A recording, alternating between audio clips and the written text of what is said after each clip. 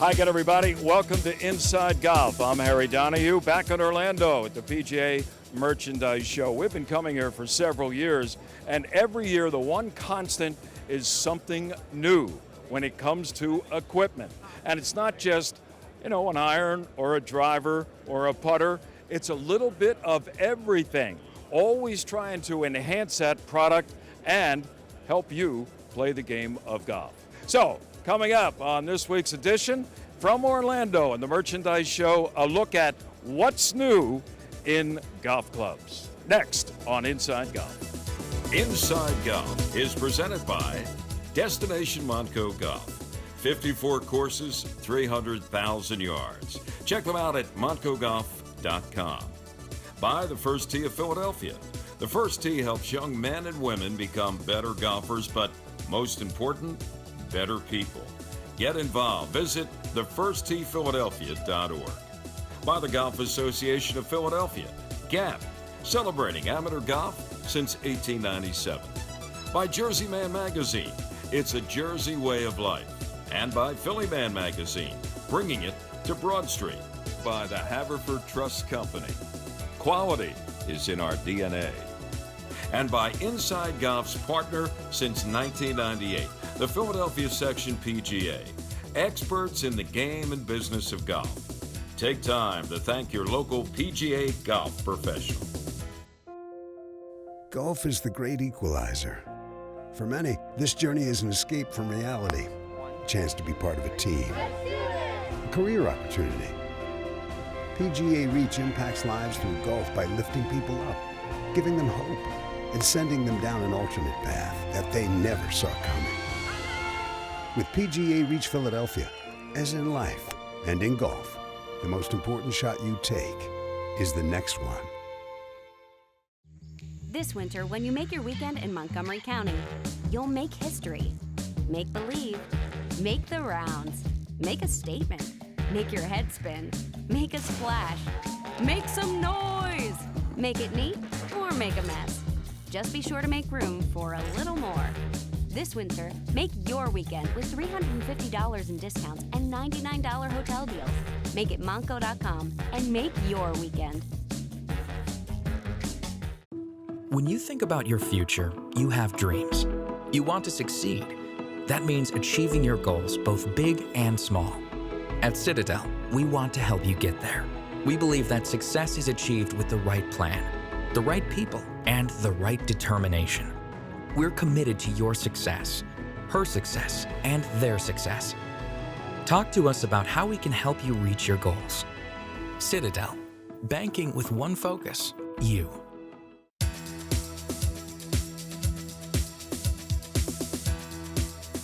Welcome back to Inside Golf from the PGA Merchandise Show in Orlando. Here at the Orange County Convention Center, thousands of square feet, 40,000 people registered. They have everything from ball washers to high-end golf clubs. Speaking of which, they're always trying to, shall we say, design the better mousetrap. Here, it's the better golf club. So let's take a look at what's new when it comes to golf clubs in 2020. Well, my guest here is Corey Gerard. He is in marketing with Titleist, and he's going to explain, a little bit of the evolution when it comes to Titleist irons. Hey, Corey, first of all, thanks for joining us. Thanks for having us. Love that Australian accent. I appreciate that. But tell us about where things have come, say, in the last 10 years to today here at the Merchandise Show with Titleist irons. Absolutely. We had a really, really good run over about a decade with the AP family, AP1, AP2, and more recently AP3. But the changes that we saw with T-Series, there were so many different changes within inside the golf club, the way they looked, the way they felt. We really didn't feel it was fair to call them just another AP iron. And that's where the T-Series family came out last year with T100, 200, and 300. And then this year, we're putting a couple of line extensions in as well, just adding to that family. We really feel like we've got all options for all players now. All right, now you're holding two different 7-irons here. Yes. This looks more like almost a blade 7, as opposed to this with a little more flange. Exactly right. So this one here is a T100S, and T100 is now the #1 iron on the worldwide tours. And we wanted something in the player's distance category that was fully forged. So we took a T100 for those players who want to hit it a little further with a fully forged golf club, and we made it 2 degrees stronger. And we called it T100S. So say the pitching wedge of 46 degrees, now 44 degrees in a T100S. And it's really important for that player who places a high priority on distance, but they really want that fully forged club. And there was a trick to it. We wanted to make sure that we didn't just bend this one strong. When you do that, the club becomes very, very diggy. So one of the great things about T100 that tour players love is that turf interaction. It's very smooth through the turf.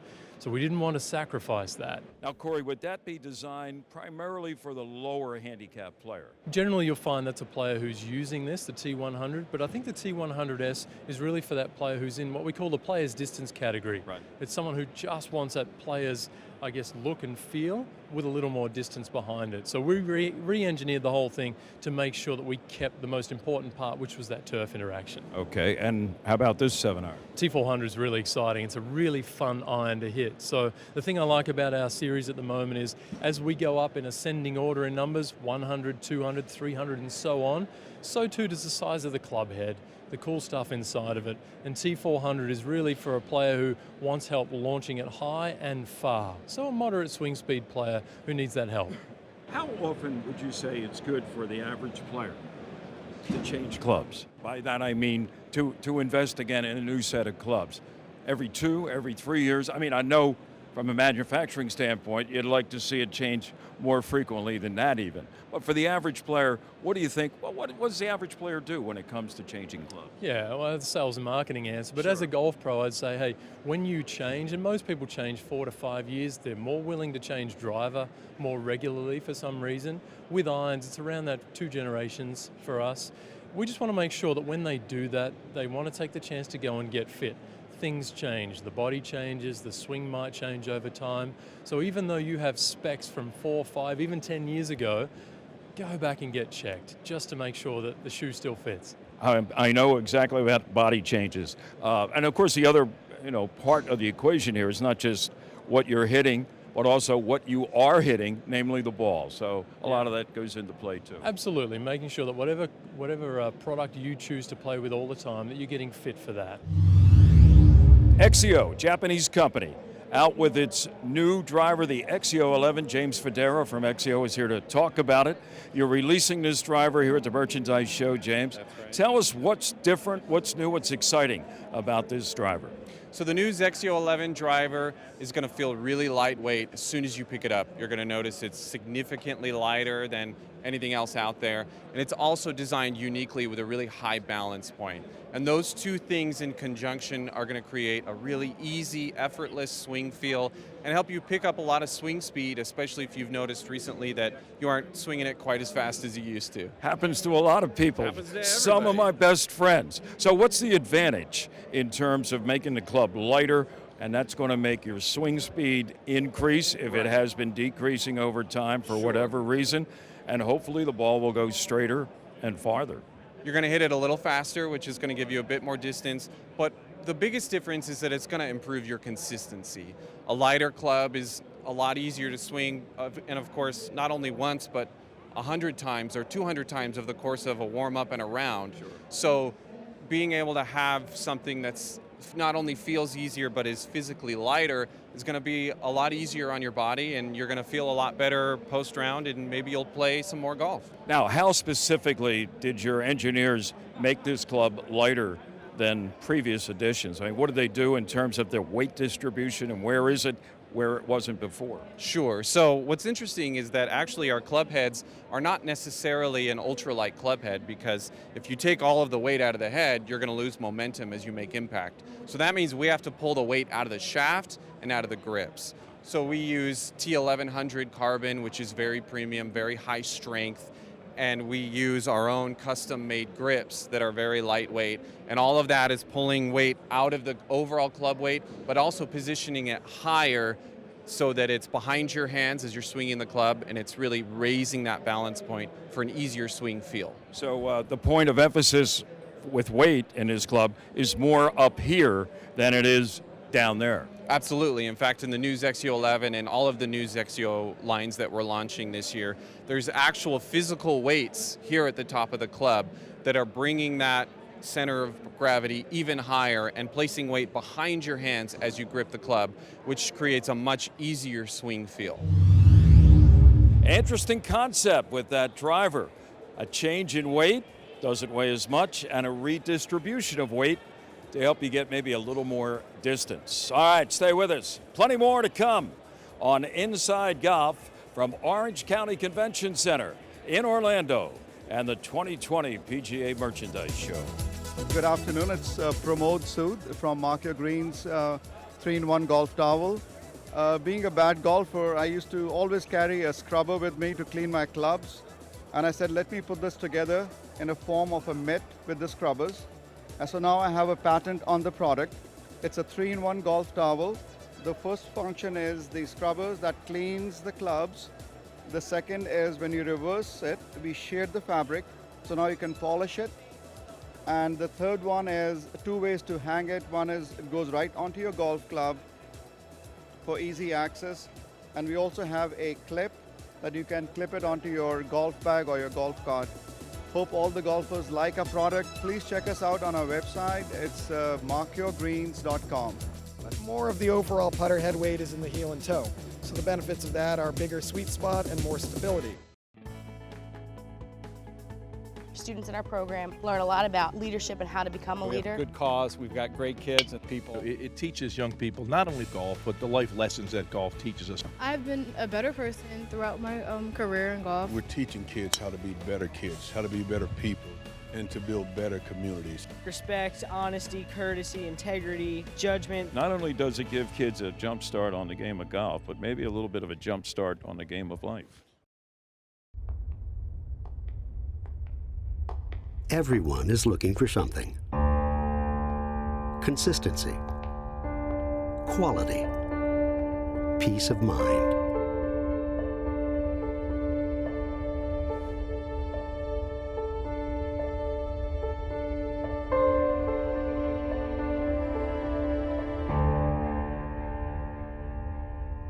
Found.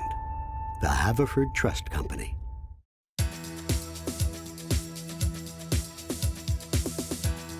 Everybody knows about the Scotty Cameron putter. Michael Bradley is Director of Marketing for the aforementioned Scotty Cameron putter. You got a new line out with Scotty Cameron. We do. The new 2020 Special Select line is debuting at this show.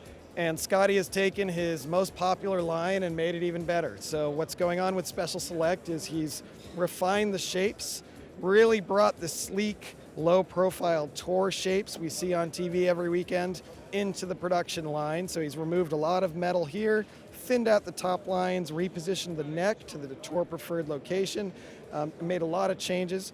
We've introduced tungsten steel weighting here. So overall the putter heads are no more heavy than they were in the prior generation, but more of the overall putter head weight is in the heel and toe.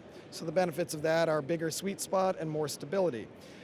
The big change for Special Select is Scotty's gone back to just pure milled faces. The entire putter head is milled, but we've gone away from the inserts we had in the prior generation. So it's a very pure, consistent feel from toe to heel across. Sort of old school, isn't it, Michael? In its look, in its design at least? Well, it's the best of the old combined with, new weighting and appropriate weighting for today's players and greens. But absolutely, Scotty's taking, the best of what he's done in the past and learning from what players like and dislike on the current tour. And would you say this is the biggest change in the putter in recent history? I would say it's in the recent history of our line, absolutely. We've had inserts in the past 2 generations of putters, so that's the past 4 years.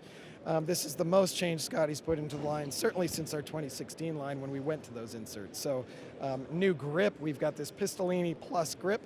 It's the tour preferred rubber tapered classic grip. However, in the lower half or low hand, it's less tapered. That's the plus designation in the name. So it's a less tapered, kind of like the feel of an extra 3 wraps of tape would be, but built right into the grip. So it's kind of that tweener of very classic tour preferred rubber grip. The rubber performs really well in moist and wet conditions, coupled with a little bit more built up, thicker feel that the players today like. We are at the Mizuno exhibit. This is Chris Fashal. He's an engineer, but he knows everything there is to know about the new Mizuno driver.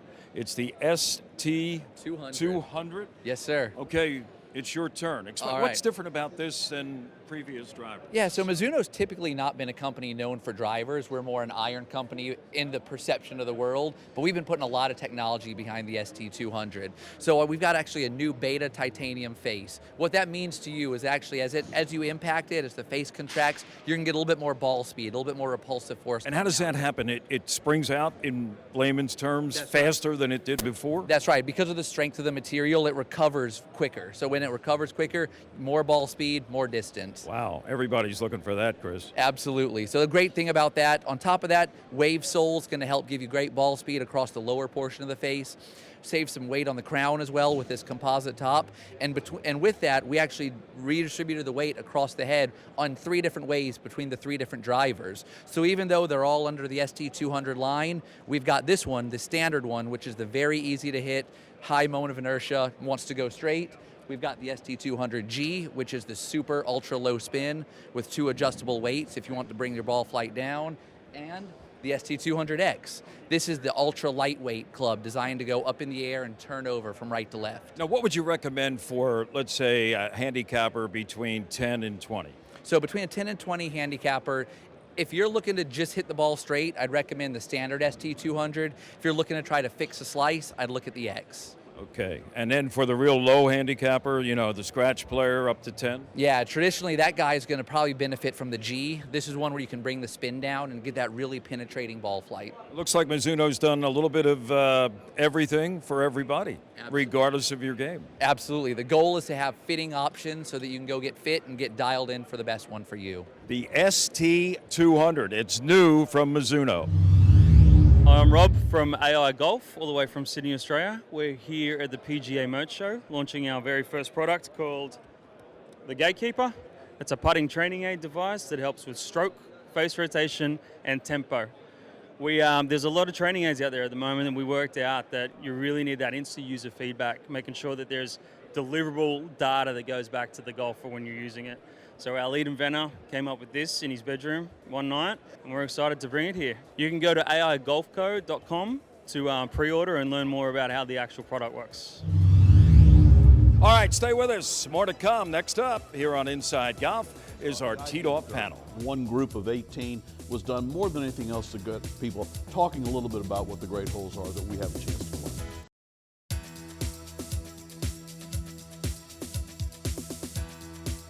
And welcome back. Inside Golf continues with a new location for Teed Off. Yeah, we're teeing off today at the brand spanking new clubhouse of Lulu Country Club in Upper Dublin Township. Clubhouse is gone, but what a replacement. I mean, it is spectacular to go along with 18 holes of championship golf designed by none other than Donald Ross. If you're interested in becoming a member, want to find out some answers to your questions, go to their website, lulucc.com. And you can be sitting right where we are today in this beautiful brand new clubhouse just in time for the 2020 season. All right, who's on the panel today? To my extreme right, we have Ken Dunnick, yes, sir. Publisher of Philly Man, Jersey Man, and if you're watching in New England, Boston Man magazine. And I understand he may even be expanding beyond those 3 locations. Could be. By the way, when we refer to you now, is it Temple Ring of Honor, Donahue? Is it Your Eminence? I mean, how do we address you? You in the can future? still call me all those bad names you used to in the past. I remember those. Current president of the Golf Association of Philadelphia, none other than Quinn Spitzer is here from Huntington Valley Country Club. Hi, good to Harry, see how you you, doing? Quinn. I like your logoed sweater there, looking good. Thank you. And he's the man right here, general manager of this location, Lulu Country Club. I know it's been a tough 4 years. We won't ask you about it, but John Rusk, what a job you've done here. It's still not quite finished. We're not done, but at least we're in here. We're able to have our burgers and beers and have a good time with everyone. Simulators up and working. Simulators are up and running. We actually just played Marion about 2 hours ago. There you go. In the rain. In the rain, yep. All right, gentlemen, speaking of Gap, folks, if you get Gap Magazine, the winter edition, cover story, the ultimate 18 holes of golf in the Golf Association of Philadelphia. Now, Quinn Spitzer is best to answer this question. You're the president, right? The buck stops with you. Oh, my But goodness. You weren't on the committee. I was not. Okay. That's the reason why they're the wrong 18 holes. All right. There's about a dozen people on the committee. Correct. Okay. There were certain guidelines as to what would qualify.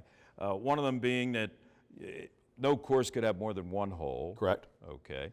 You also had the same number for that hole where it is routed on its course as it would be in the Ultimate 18. For instance, the number 1 hole at Merion is the number 1 hole on the Ultimate 18. Aside from that, was it easy to narrow all the golf holes in the Golf Association down to the Ultimate 18? It was a virtual impossibility. There you go. And we knew almost everybody was going to disagree, but it's a great conversation starter because everybody has their favorite holes. We're so fortunate in this area because since we go all the way to Bellefonte, Pennsylvania, central and southern New Jersey and Delaware, we have so many great holes that you can choose from. So the idea that there's one group of 18 was done more than anything else to get people talking a little bit about what the great holes are that we have a chance to play. Right. And the other kind of diversity to it is it wasn't just private clubs that are involved. We wanted to make sure it was a mix of public clubs and private clubs so that there'd be holes that everybody had a chance to access. We want to make sure there's some geographical diversity, some from the Northeast, some from New Jersey, some from Delaware and the like, and we got a fairly good mix. Does that necessarily yield the best 18 holes? Well, everybody can make up their own mind when they take a look at it. Well, it's like a heavyweight fight.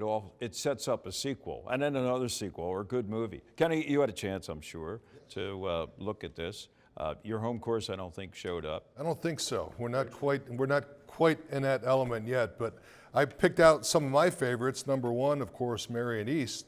It's an easy starting par 4. I'm afraid I'm going to hook it into ladies' chicken. Easy for you, baby, but go ahead. You hook in a ladies' chicken salad off the first tee, that might be a problem. But Lanark is a course I play a lot, and Lanark number 7 is on there. Great hole. Aronimink number 8 is a tremendous par 3. One of the holes that were under consideration that didn't make it was the 18th hole at Mazelm Springs, which is a place we do a lot of golf trips at. Just a tremendous par 4. So I was pretty impressed with that list. You're never going to please everybody, but I thought your committee did a very good job. Now, full disclosure, there is no Lulu hole in this Ultimate 18. Maybe in the next Ultimate 18, John. But what did you think of the selection committee's work? It's an impossible task. It is. You go on social media and I'm following a little bit, and somebody's saying the 18th hole, Mazelm should have been on there, or Huntington Valley, or Stonewall, wherever. But it's a good conversation starter, like you said. Yeah, that's what I think it's designed to do. It is an impossibility. I mean, but it is an icebreaker, right? Because it gets people thinking about, well, why wasn't this hole there? You know, I can't believe you picked that hole. Well, you know, one of the things that we also wanted to do is give the golfer in our area some ideas of places they may want to go to just to see what the hole looks like. Right. And so all of a sudden they say, you know, I've never seen, you know, number 7 here or number 2 there. Maybe I need to go to French Creek and see what their number 2 really looks like, because the picture looks awfully good, and there are a number of people who thought it was good, so maybe I ought to give that a try. Right. And it, like I say, it opens up the possibility for another 18 and then another 18 because there are so many great golf holes around. Were you surprised by some of the holes that didn't make it as opposed to those that did, or were you open to realization that, hey? I'm like everybody else. I would have chosen certain holes that would be different than the ones the panel chose. Number 2 at Huntsville is their iconic hole. It's one of the most dramatic holes in all of Gap. That would be a hole that I would have considered for number 2. Everybody has their own hole that they say, well, this was one that somehow was just grossly overlooked. I would have my different 18 as well. Did the committee have any tiebreakers that you know of? I mean, when they got together, did it come down to like maybe just 1 or 2 votes going in either direction for the elimination, or putting one hole into the Ultimate 18? Well, surprisingly, they ultimately agreed. It really didn't come down to a vote and 5 versus 4 in terms of this particular hole. They all talked about the merits of the hole, the shot values of the hole, the visual qualities of the hole. And by the time the discussion was done, almost everybody came to agreement, yeah, that's probably the best number 3 or number 4. And we didn't have too many arguments beyond that. Okay, next winter we'll have another Ultimate 18, and maybe Lulu, John, you'll get your wishes. We're getting on there. We're getting on there. I'll tell you, if they had a Ultimate 18 clubhouses, I think we'll be number 1. You're like the leader in the clubhouse. Yes, sir. Yes, sir. That's a bad pun. That's a really bad pun. All right, stay with us. More to come on Inside Golf in just a moment.